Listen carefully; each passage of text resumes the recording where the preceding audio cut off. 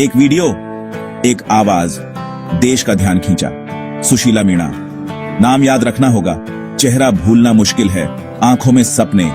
Viral Sushila Meena के परिवार की दिल झकझोर देने वाली रियल कहानी।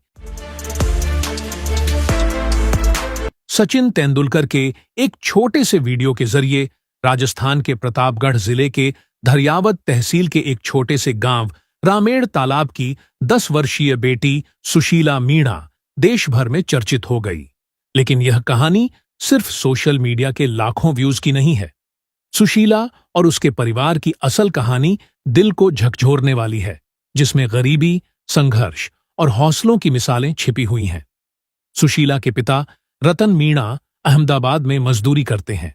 मां शांतिबाई पहले मजदूरी करती थीं, लेकिन अब बच्चों की पढ़ाई और घर संभालने में लगी है। प्रधानमंत्री ग्रामीण आवास योजना के तहत 2017 में मिले 80,000 रुपए उनकी पत्नी की बीमारी और बाइक की किस्तों में खर्च हो गए।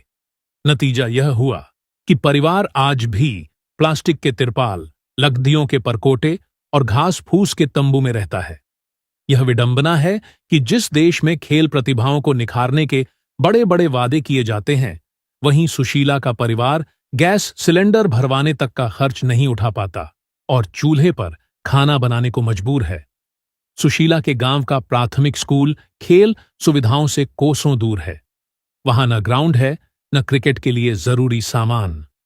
सुशीला की प्रतिभा को पहचानकर उनके शिक्षक ईश्वर लाल ने खुद उन्हें बैट बॉल उपलब्ध करवाया। स्कूल का जर्जर कंपाउंड ही उनका अभ्यास स्थल बन गया। कोयले से बनाई गई दीवार पर विकेट और टेनिस बॉल से प्रैक्टिस करते हुए सुशीला ने अपनी गेंदबाजी में ऐसा निखार लाया कि आज गांव का कोई भी लड़का उनकी बॉल का सामना नहीं कर पाता। सुशीला की मां शांतिबाई का सपना है कि उनकी बेटी क्रिकेटर बने, लेकिन इस सपने को साकार करने के लिए जिस बुनियादी सहारे की जरूरत है, वह उन्हें कभी सरकार से नहीं मिली। उनके घर में न टीवी है, न बिजली नियमित रहती है। बच्चे इमरजेंसी लाइट में पढ़ाई करने को मजबूर हैं। सुशीला का वीडियो वायरल होने के बाद उनके घर पर कई नेता, अधिकारी और बड़े लोग मिलने आए, लेकिन उनकी तारीफों के पुल बांधने के अलावा किसी ने मदद की पहल नहीं की। उप मुख्यमंत्री दिया कुमारी से लेकर कैबिनेट मंत्री किरोड़ी लाल मीणा, राजस्व मंत्री हेमंत मीणा से लेकर पंचायत प्रतिनिधियों तक सभी ने सिर्फ औपचारिकता निभाई। गांव में खेल मैदान या अन्य सुविधाओं की व्यवस्था के लिए कोई ठोस कदम नहीं उठाए गए। यह स्थिति सरकार की उन बड़ी बड़ी योजनाओं पर सवाल उठाती है, जिनका दावा है कि वे ग्रामीण प्रतिभाओं को मंच प्रदान करेंगी। शिक्षा और खेल को लेकर सरकार के वादे हवा में ही नजर आते हैं। जिस स्कूल में सुशीला पढ़ती है, वहां 9 में से 4 शिक्षक हाल ही में ट्रांसफर हो गए। बच्चों को पढ़ाने के लिए अब केवल 5 शिक्षक हैं। खेल सामग्री के नाम पर केवल 1 शिक्षक के प्रयासों का सहारा है। यह शर्मनाक है कि सरकारें सिर्फ योजनाओं का प्रचार करती हैं, लेकिन उनकी जमीनी सच्चाई पर कोई ध्यान नहीं देती। सुशीला की कहानी उन सभी नेताओं और अधिकारियों के लिए आईना है जो केवल तस्वीर खिंचवाने और बयान देने में लगे रहते हैं। उनके गांव में बिजली, पानी, शिक्षा और खेल के बुनियादी संसाधनों की कमी आज भी मौजूद है। ऐसे में अगर सुशीला जैसी प्रतिभा आगे बढ़ भी जाए, तो यह केवल उनकी मेहनत और परिवार के त्याग का नतीजा होगा, न कि सरकारी सहायता का। सुशीला के संघर्ष को देखकर कुछ निजी संस्थान और व्यक्ति मदद के लिए आगे आए हैं। आदित्य बिरला ग्रुप ने सुशीला की पढ़ाई और ट्रेनिंग की जिम्मेदारी उठाने का वादा किया है। हालांकि प्रत्यक्ष तौर पर कोई नहीं आया। मिस इंडिया 2022 की ओर से परिवार को 51,000 रुपए का चेक दिया गया। क्रिकेटर अशोक मेनारिया के कोच ने सुशीला को उदयपुर बुलाने की पेशकश की है। मुंबई में रोहित शर्मा और शार्दुल ठाकुर के कोच भी उन्हें ट्रेनिंग देने के लिए तैयार हैं। लेकिन यह सवाल उठता है कि क्या इन वादों से सुशीला का भविष्य सुरक्षित हो पाएगा? जब तक सरकारें अपने दायित्वों को नहीं समझेंगी और हर गांव में बुनियादी सुविधाएं नहीं पहुंचाएंगी, तब तक ऐसे हजारों बच्चों के सपने अधूरे ही रह जाएंगे। लगता है। मैं कक्षा 5वीं में पढ़ती हूँ। मेरे गुरुजी ने मुझे बॉलिंग करना सिखाया। मैं टीवी में देखती थी तो मैंने भी सोचा पढ़ाई के साथ साथ बॉलिंग भी, बैटिंग वो भी सीख लूँ। कितने टाइम खेलती हो बेटा दिन के अंदर में? 2 घंटे।